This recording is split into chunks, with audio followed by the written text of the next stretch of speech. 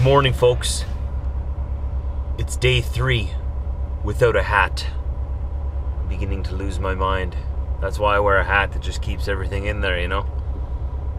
I got lots of hats at home, so don't worry about me. I'll be fine. I'll be home tomorrow. But I just got to get there. We're west of Calgary, Alberta, headed east towards home in southeast Manitoba, up here in Canada. If you guys haven't ever been to Canada, come on and visit sometime. Spend some money here. It's a good place. Except in the wintertime, it's a little cold. But hey, if you're into that, come on down. So I only have 8 hours available to me, a little over, on my 70-hour clock. So I can only go 8 hours today. And I'm west of Calgary, so I'm hoping to be able to make it to Regina or Balgony, Moose Jaw, somewhere in there. And then we're going to have to stop for our night break and then start early tomorrow so that we can deliver this freight tomorrow. Yeah, because I want to go home. I don't want to deliver it Thursday morning. I want to deliver it tomorrow. That means we've got a boogie. We've got to go fast. As fast as we can in this truck. Anyway. So I'm waking myself up here. Welcome to the vlog. Don't forget to subscribe. We make a new vlog every day. We travel across all of Canada and the United States. For the past several months, I've been mostly in the Midwest of the United States and Western Canada. But we've been known to expand elsewhere. I've been to Newfoundland, Yukon, Florida. Gone to California, not with the truck, but with my personal vehicle. So we get around. So if you like to travel, want to travel with me and my dog Diesel. Diesel! Give you a shout out. I should give my crazy hair a shout out. How about that? How about that? Oh, I didn't just say that, did I? Did not just say that. Let's comb this. Comb this bad boy. Oh yeah, whatever I have left to comb. Another reason I wear a hat. I said it yesterday, I think, or the day before. My wife says that once I go bald, or if I do, I gotta shave it all off. So I'm thinking very soon of shaving it all off as like a test run, you know, to sort of see what I'll look like for the rest of my life after I lose enough hair. So we'll see. Maybe when I get home. Is there something in my eye? Oh man. I literally just plopped myself in the seat here. Okay, let's get this day going.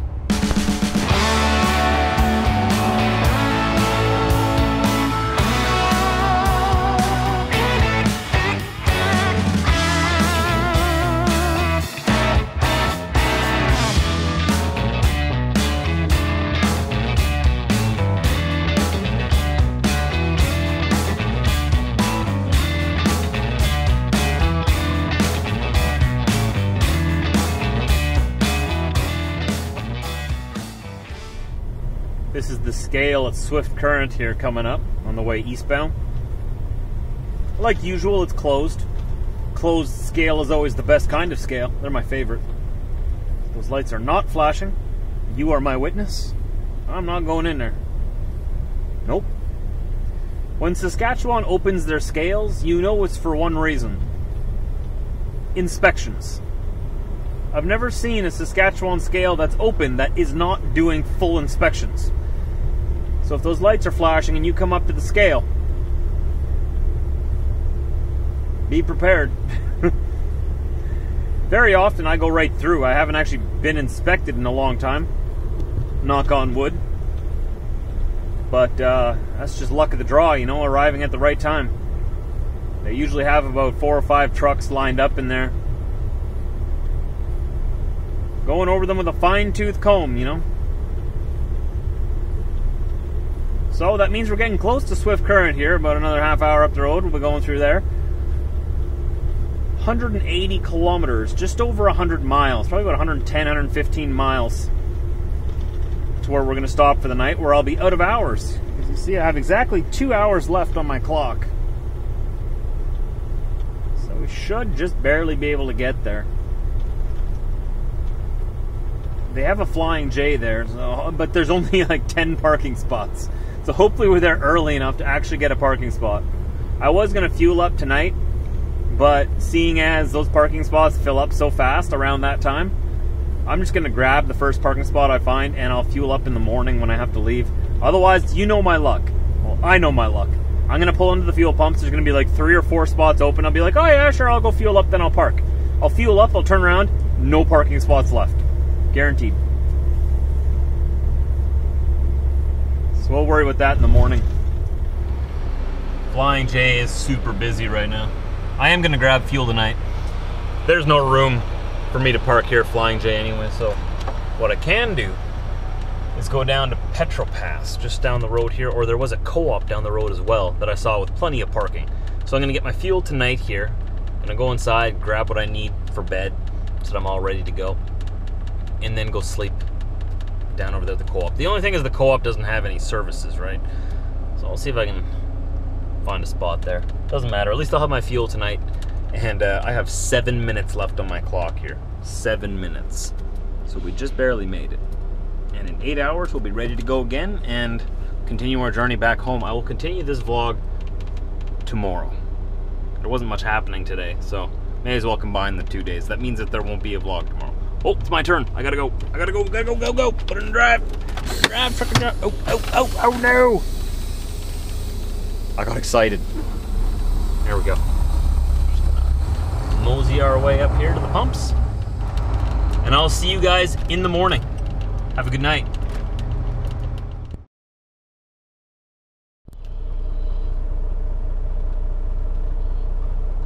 What year is it?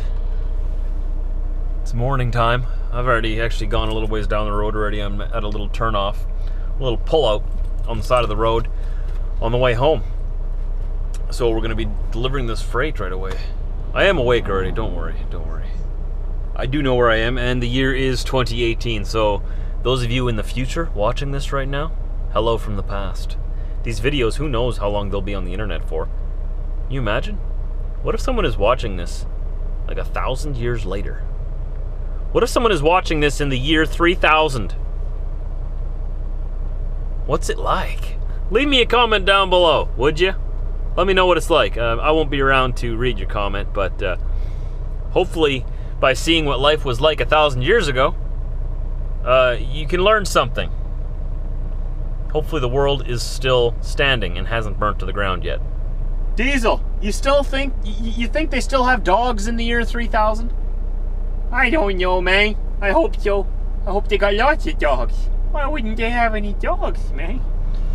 Anyways, I gotta get down the road. We have a delivery to make, and then we have to go home. Because we have to meet our electricity hydro guy. He's gonna come and tell me how they're gonna reroute our hydro. I can't believe they were actually going to put poles up on our property without asking. They were going to cut down like a 15-section pathway through our bush to get new hydro lines through to our house. I'm glad I got a hold of them because they were already on our property staking out where they were gonna put these poles and where this line was gonna go. And I saw all these lines here, so I called in to hydro. I'm like, what's going on here? Who's been, like, we have clear signs on our property, no trespassing. That includes you, the utilities, okay? Before you come onto our property, you gotta let us know, okay? So I gave him a little bit of, you know, and ever since then, he's got my number, and ever since then, he's been calling me or texting me every time that they need to come on the property because we have a couple of people a ways away from us there that are building a house, and they're rerouting their power. So they need to come on our property to check things out, apparently, but I say nay, nay. I don't care if you're a utility, you're not God. You don't have rights to just walk onto private property, do they? No, they don't. Anyways, he's been really nice about it since then, so they're not going to go forward with anything because I told them, you have to go underground, go under the trees because I don't want any of our trees cut down, or you can go under our driveway, or whatever you gotta do, just don't cut down our trees. The reason we moved there is for the trees. Why are you gonna go and cut them down? We'd have this huge like gap leading to our road. No, that's sort of goes against why we moved there. So they are gonna go underground. We told them that that's what they gotta do. So he's gonna meet with me tonight or tomorrow to show me exactly where this underground power line is going to go. Exactly what it's going to take to get it in there. And if I think they have to cut down one dead tree, which is fine. A dead tree needs to be cut down anyway. And then they can reroute the power. I don't know. So frustrating. I gotta go through all of this mess because my neighbors decided to build a house.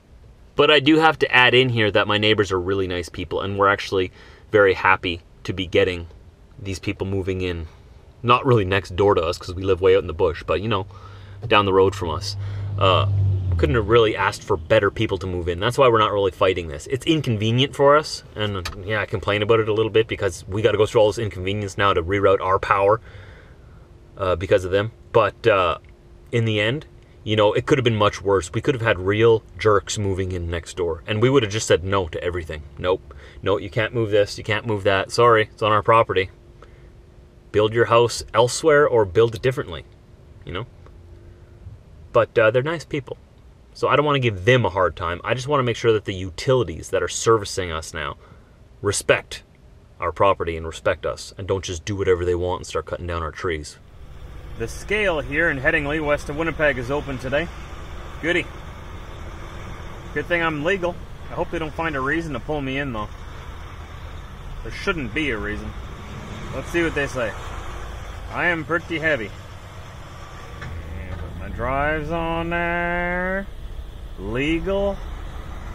I put my triaxle on there. 1 axle, 2 axles, 3 axles.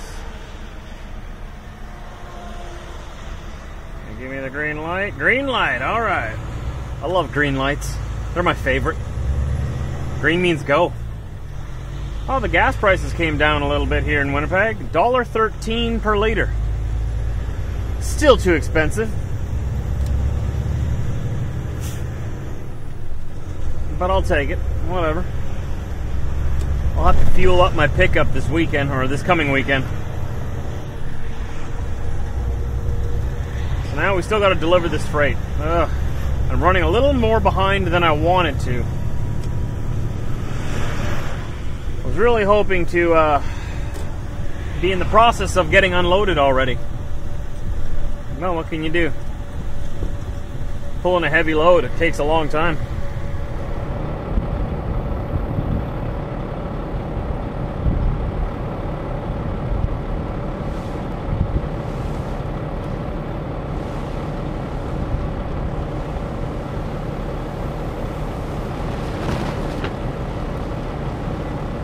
Took me 1 hour and 6 minutes to get all the tarps off and rolled up and cleaned up, and now I just gotta wait for them to unload me. I try to take the tarps and straps off first and sort of just put them to the side, and then I'll roll them all up while they unload me. That way I get unloaded a little faster, but it didn't work this time because I'm still not unloaded and I'm done all I need to do already. I'm just waiting for them now. Looks like he's loading up another truck right over here. I'll probably get unloaded after that. It feels so good to have that weight off of me. Feel light as a feather. Look at me, I'm like a race car driver now. Oh, look at that acceleration. Oh, not too fast now, Trucker Josh. Don't get too excited. Diesel, you feel that? I feel it, man. I feel it. It's amazing. All you guys who drive truck or deliver stuff, you guys know that feeling after driving for like 2 or 3 days with the heaviest load possible, maxing out your weight, and then pulling out of that yard with an empty trailer behind you. Oh, it honestly feels like a weight has been taken off my back. Okay, so we're on the west side of Winnipeg right now. About a half hour we'll be at the yard. I'm going to clean out this truck, put everything I can into the pickup. I can already hear my fridge calling me from home. Can you hear it? Trucker Josh, we got cold drinks for you, Trucker Josh. I'm gonna make a sizable dent into those drinks. All right, Diesel? Cool ourselves down a little bit. Relax. Let's go for a walk, guys. Whoa! Oh, a flying wolf. Yikes. Frank, come on. Keep up. Guys, stop eating grass. You are not cows. Stop it. Makes you throw up in like 20 minutes. Chevy, stop eating the grass. So this last week, we had a storm.